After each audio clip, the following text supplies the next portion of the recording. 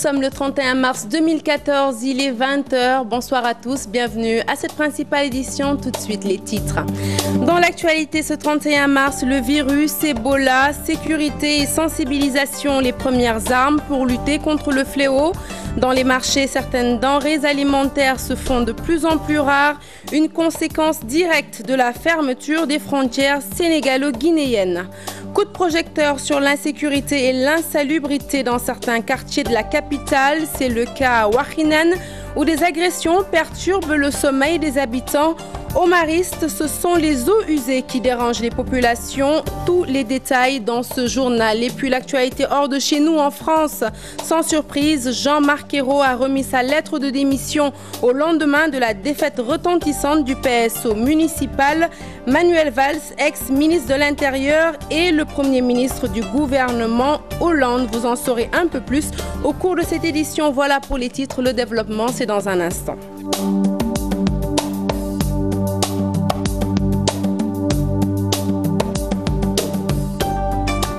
Bonsoir Léa. Bonsoir Sarah. Ravie de te retrouver. Nous parlons tout de suite donc de la maladie Ebola, la rareté de certaines denrées alimentaires au niveau des marchés, une conséquence directe de la fermeture des frontières sénégalo-guinéennes et la fermeture du marché hebdomadaire de Diaobé. Depuis que la mesure est effective, l'huile de palme, le poisson séché et autres denrées sont de plus en plus difficiles à trouver et leur prix tend à connaître une hausse. Daoudasso et Papralindiaï. Marché Arafat, la fermeture du marché hebdomadaire de Diaobé se fait ressentir sur le coût de certaines denrées. Le cas de l'huile de palme, des poissons séchés et autres. Là, le poisson séché et l'huile de palme commencent à se faire rares. Ceux qui nous le livrent venaient de Diaobé. C'est pourquoi c'est pas facile d'avoir ces denrées en ce moment. Nous, c'est notre gagne-pain. Et actuellement, même le prix du poisson séché a connu une hausse.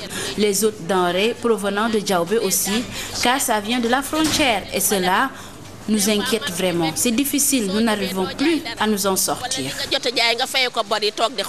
Au garage Diaobé de Grand Yoff, c'est l'inquiétude chez la communauté guinéenne.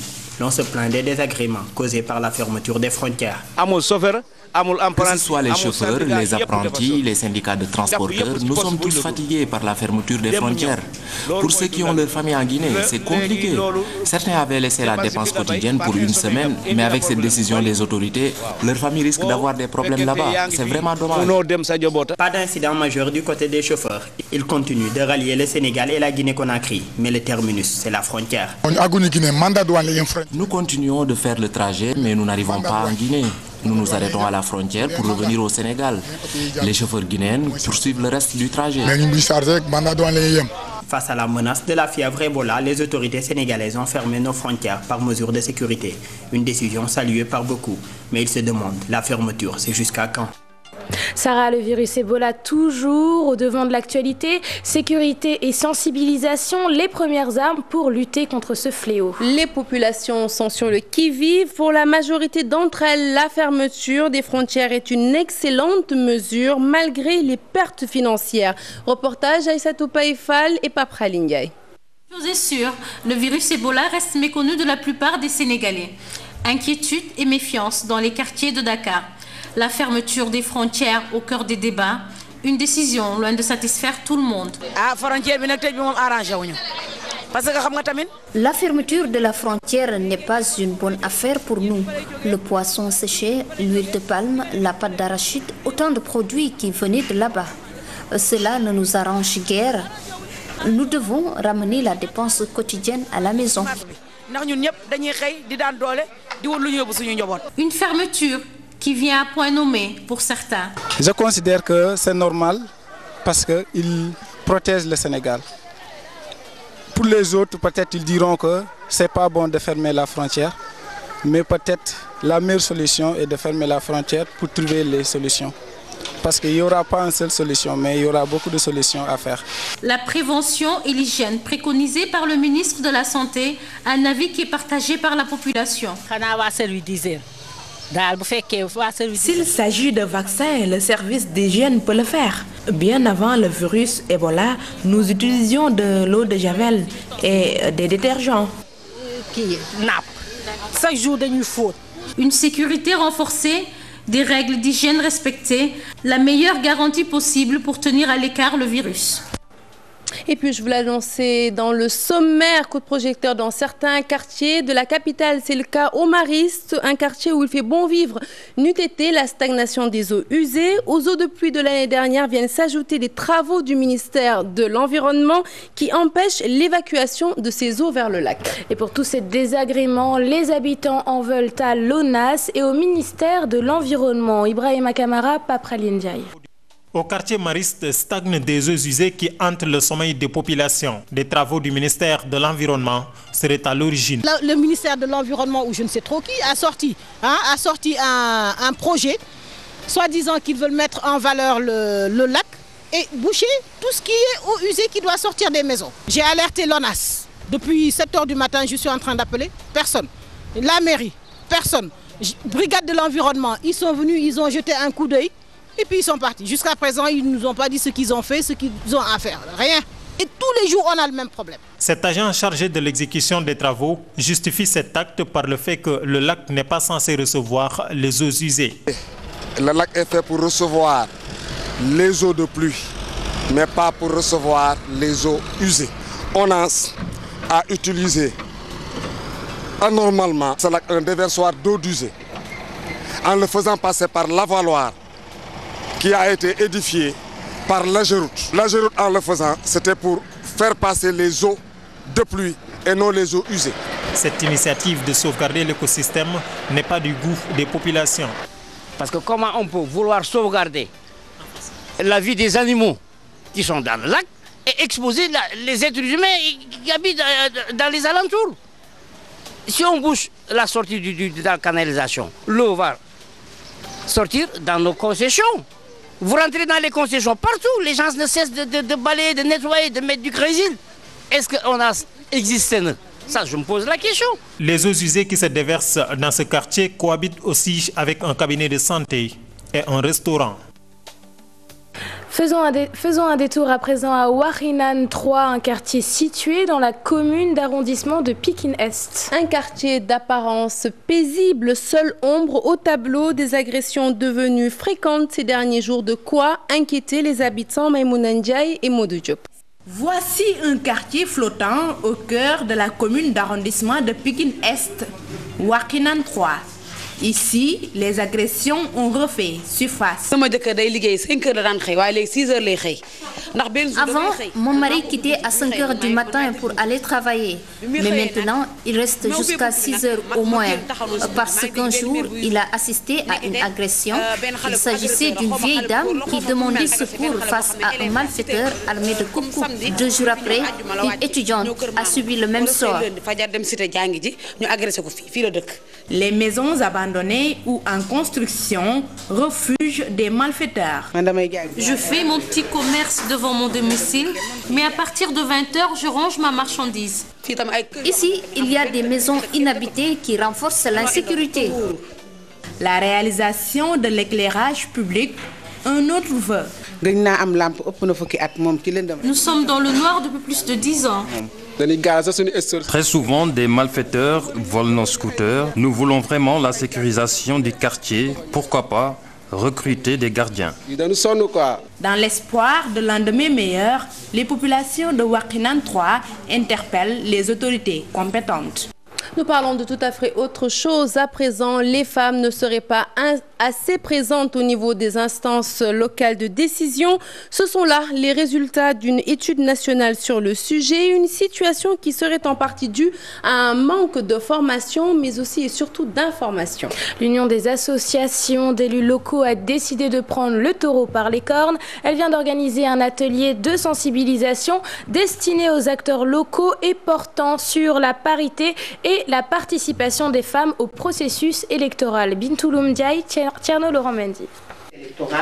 Pour permettre aux acteurs, notamment les femmes, de s'imprégner davantage dans différentes étapes du processus électoral et des textes sur la parité, la commission femmes élues locales de l'Union des associations d'élus locaux a jugé opportun de poursuivre la politique de sensibilisation en organisant un atelier. La loi sur la parité est votée. Nous allons dans moins de 3 mois aux élections. et quelle sera la position des femmes. Même si nous savons que de par l'application, on aura autant de femmes élues que d'hommes, la question qu'on se pose aujourd'hui, est-ce qu'au niveau des exécutifs, la parité sera respectée? Sur le plan politique, les femmes sont moins représentées. Leur présence dans les instances de décision est très faible, d'après GIZ Prodem. Nous avons senti cette nécessité de pouvoir appuyer la réalisation d'une étude sur toute l'étendue du territoire. Mais malheureusement, en termes de présence, il y a une très faible présence. Après avoir fait la synthèse, qu'on puisse informer davantage les femmes des localités les plus éloignées, qui sont, comme je l'ai dit tantôt, les gardiennes du temple, les gardiennes des foyers, mais qui doivent être aussi au devant de la scène. Les femmes des localités les plus éloignées doivent être informées, doivent être sensibilisées et doivent comprendre qu'elles ont aussi le devoir de pouvoir diriger leur propre localité. À la fin de cet atelier, les femmes seront mieux préparées à faire face aux défis qui les attendent. Une réelle participation lors des prochaines élections locales 2014. Et nous parlons toujours des prochaines élections locales prévues en juin prochain. Les apéristes du Bocéa lancent la contre-offensive quelques jours après le passage des libéraux. Les responsables APR dans le Bocéa, les communautés rurales de Oréfondé, Dabia et Agnam sonnent la mobilisation. Ils viennent d'entamer une tournée de 10 jours dans ces 3 collectivités locales. Ali Bandalian. Après le passage des libéraux, les apéristes de Matam apportent la réplique. Les responsables de l'Alliance pour la République dans les communautés rurales de Oréfondé, de Dabia et de Agnam se sont retrouvés pour lancer l'offensive vers les prochaines locales. Plus d'1 millier de délégués, de notables qui ont pris part à cette journée d'échange au cours de laquelle le député Farbangom a eu carte blanche pour établir la composition des listes de toutes les 3 collectivités locales du Bosque. L'arrondissement Foul est là pour 3 choses. Préparation de ces élections locales du 29 juin, nous avons déjà assuré la victoire des élections de 2014. Nous avions gagné cet arrondissement en 2009. Et tous ceux qui étaient de l'autre côté sont devenus APR. Il n'y a plus d'enjeu d'ici dans cet arrondissement. Et Monsieur le Président de la République, Monsieur Macky Sall, ils connaissent très bien que pèse chaque leader dans ce parti. Ça ne doit pas y avoir de polémique quand même. Le Président connaît chacun de nous de quel poids il pèse.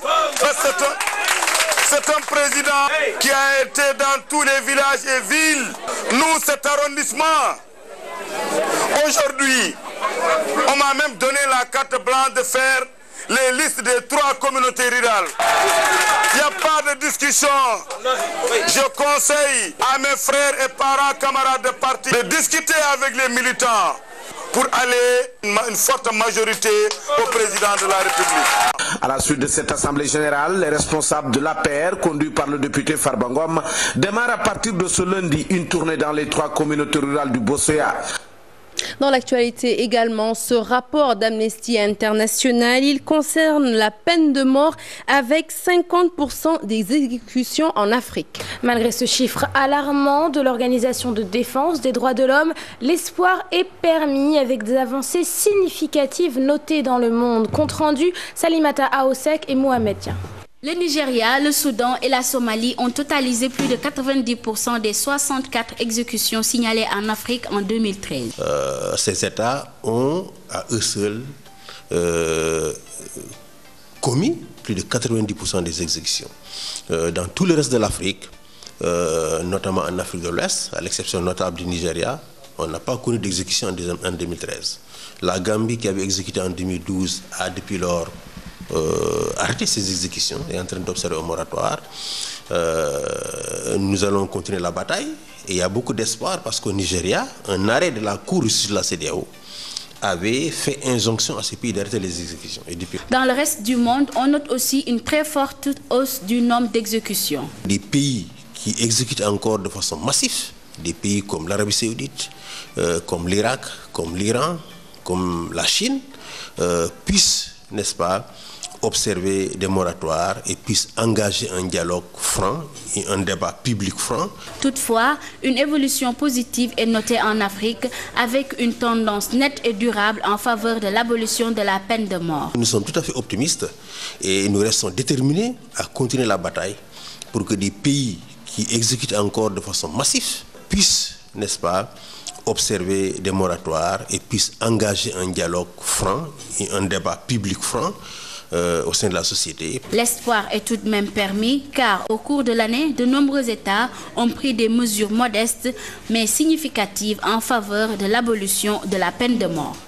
L'actualité hors de chez nous, à présent en France, sans surprise, Jean-Marc Ayrault vient d'annoncer sa démission au lendemain de la défaite retentissante des socialistes aux élections municipales. C'est désormais Manuel Valls qui dirigera le gouvernement de Hollande. François Hollande, très attendu sur le discours qu'il devait prononcer ce soir à la nation, un discours sur lequel nous reviendrons dans nos prochaines éditions. Le focus du jour, à présent, nous sommes à 4 jours de la fête de l'indépendance. Les préparatifs vont bon train.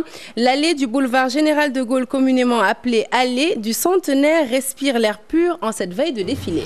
Et pour cause, les marchands ambulants et tabliers qui occupaient anarchiquement la voie publique ont été déguerpis après une résistance sans succès. Ils promettent néanmoins de revenir après la fête nationale. Bintou Lundiaye, Alioune Diagne. C'est par une lutte farouche que les volontaires de la municipalité ont réussi à déguerpir les marchands ambulants et tabliers très mécontents sur l'allée du centenaire. Le prétexte, la fête nationale de l'indépendance du 4 avril. Les activités, c'est ralenti maintenant parce que la mairie est venue ici. C'est déguerpir tous les ambulants. Avant, non comme ça, non comme ça. Avant ça va ici, non comme ça. Le premier, jusqu'à le 6, tous les ambulants dégagés ici. Comme Bouga, ngeen bàyyi affaire bi ñu liggéey ambulants yi daw parce que man ambulants yi bu dawul ñun étrangers yi du ñu mun a kii liggéey bu baax parce que man ñun ambulants yi lañ topp bu ambulants yi doxalu ñun tamit du ñu mun a doxal. Contre leur gré, les ambulants ont quitté. Leur revenu chuté. Un seul mot à la bouche. Khalifa Sall venait ici, saccager tous les bagages. Affaire politique da cee xaw a dugg mooy Khalifa Sall dafa ñëw duggaale ci biir affaire bi dafa xam ne état soxla na mu ñëw duggaale ci affaire bi wane ne day liggéey donc ñun xam nañ li fi ne. Ils ne s'estiment pas vaincus et promettent de revenir. La maire de Dakar dit après le défilé, même après le défilé, tout le monde va dégager ici. En attendant, les habitants de Centenaire crient un ouf de soulagement. Ils se réjouissent de voir leur quartier dans cet état de salubrité et espèrent que ça dure. Comme beaucoup de jours fériés, les 52 ans du Sénégal ne font pas le bonheur de tous. Pour de nombreuses entreprises, c'est un véritable manque à gagner. Festivité oblige, les employés n'ont pas le choix. Ils ferment boutique le jour de la fête. Maïmouna Ndiaye, Diafaraba, reportage. Ce mécanicien n'ose pas travailler le jour de la fête de l'indépendance. Ce qu'il craint. Une semaine. Pour 4 avril. Le défilé du 4 avril, c'est une semaine de perte en chiffre d'affaires pour nous, parce qu'avec les aménagements de l'espace public, nous ne pouvons rien faire. Mbaye Kandji n'est pas le seul. Ses voisins sont obligés de faire comme lui. Ce jour-là, le minimum, on pouvait vendre 100 000 francs ou 200 000 francs. Mais on ferme parce que c'est le jour de notre indépendance. Le jour de la fête de l'indépendance, nous sommes tous obligés de fermer boutique. Ce commerçant va plus loin. Il évoque le civisme. Ceux qui n'ont pas compris ce 4 avril, qu'ils prennent exemple sur nous pour fermer et représenter les couleurs du Sénégal. À la place de l'obélisque, l'heure est au dernier réglage. Quant à ces travailleurs, ils attendent l'après 4 avril pour reprendre leur rythme. Ce défilé du 4 avril, les populations le vivent déjà. Nos reporters Salimata Aoussek et Alioune Diagne sont allés à la rencontre des Dakarois. Entre ceux qui appréhendent le bruit de la fanfare et les autres qui s'y voient déjà, reportage. Le défilé du 4 avril, un événement déjà dans l'agenda de Khadisatou Ndiaye. On a toujours prévu ça. À chaque fois, on prépare la veille, le repas, Et après le défilé, on fait le reste.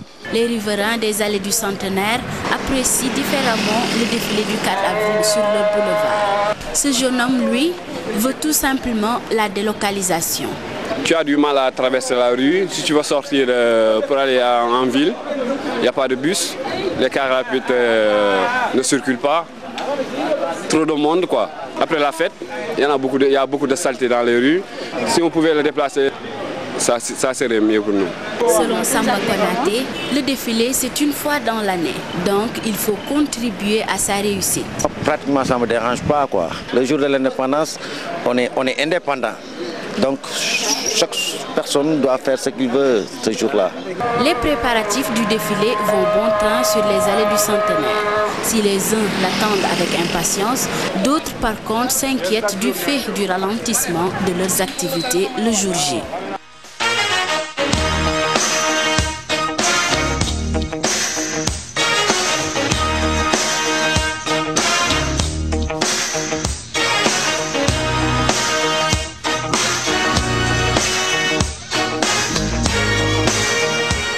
Et puis une fois n'est pas coutume, nous allons ouvrir cette page des sports avec des arts martiaux. Le Viet Vo Dao pour plus précisément, pour vous dire qu'à Keur-Massar, en banlieue dakaroise, la nouvelle salle ouverte porte le nom de Feu Dahaba Dramé, un homme du Sérail qui a joué un rôle déterminant dans la discipline. Le Viet Vo Dao, une discipline qui se féminise de plus en plus au Sénégal. Cher Tidiane Dione, Modou Diop. Feu Dahaba Dramé, pionnier des arts martiaux, décédé il y a quelques semaines de cela, reste toujours gravé dans la mémoire de ses anciens. Désormais, la salle du centre polyvalent de Keur-Massar porte son nom. J'ai entretenu de très bonnes relations avec le défunt. Il m'a servi, il m'a rendu beaucoup de services. C'est quelqu'un qui m'a beaucoup aidé dans la vie de tous les jours. Ensuite, c'est quelqu'un qui s'est beaucoup investi pour le développement des arts martiaux. Il a fait presque toutes les régions du Sénégal pour le développement des arts martiaux. Je pense qu'il n'existe pas de pratiquant qui méconnaisse son visage. Toutes ces œuvres, je veux que les pratiquants de cette salle s'inspirent des œuvres qu'il a laissées en legs, parce qu'elles sont pleines d'enseignements, de conseils qui peuvent servir dans la vie. Aujourd'hui, cet art martial d'origine vietnamienne de plus en plus se féminise. Cette pratiquante reconnaît tout de même les avantages du Viet Vo Dao chez la gente féminine. Je suis professeur et quand je vais en classe, j'ai l'habitude de rester 4 heures de temps, l'âme debout, et en plus ça, je lève mes mains. Mais avec le sport, ça me permet de compenser, de ne pas avoir de problème avec mes membres quand je suis debout. Avec mes membres quand je suis debout. Généralement, on se plaint souvent d'avoir mal au dos, mais avec le sport, ça nous permet d'être à l'aise. Pour la contraction, il n'y a pas de problème, parce que même quand on est enceinte, on nous demande de faire certains mouvements pour nous permettre d'avoir de la force. Quasiment tous les clubs de Viet Vo Dao de la région de Dakar sont venus prêter main forte à Maître Samba Thiam, qui vient de mettre sur pied un club de Viet Vo Dao dans la banlieue dakaroise. Voilà qui met fin à cette édition préparée par l'ensemble des équipes techniques et rédactionnelles de la maison. Merci de l'avoir suivi. Le 0 heure sera assuré par Cher Tidiane Diao. Tout de suite après ce journal Sport à la une, avec à la présentation Mam Fatundoy et l'info qui continue sur votre site www.gfm.sn. Au revoir Léa. Au revoir Sarah. Merci et à demain. Au revoir à tous.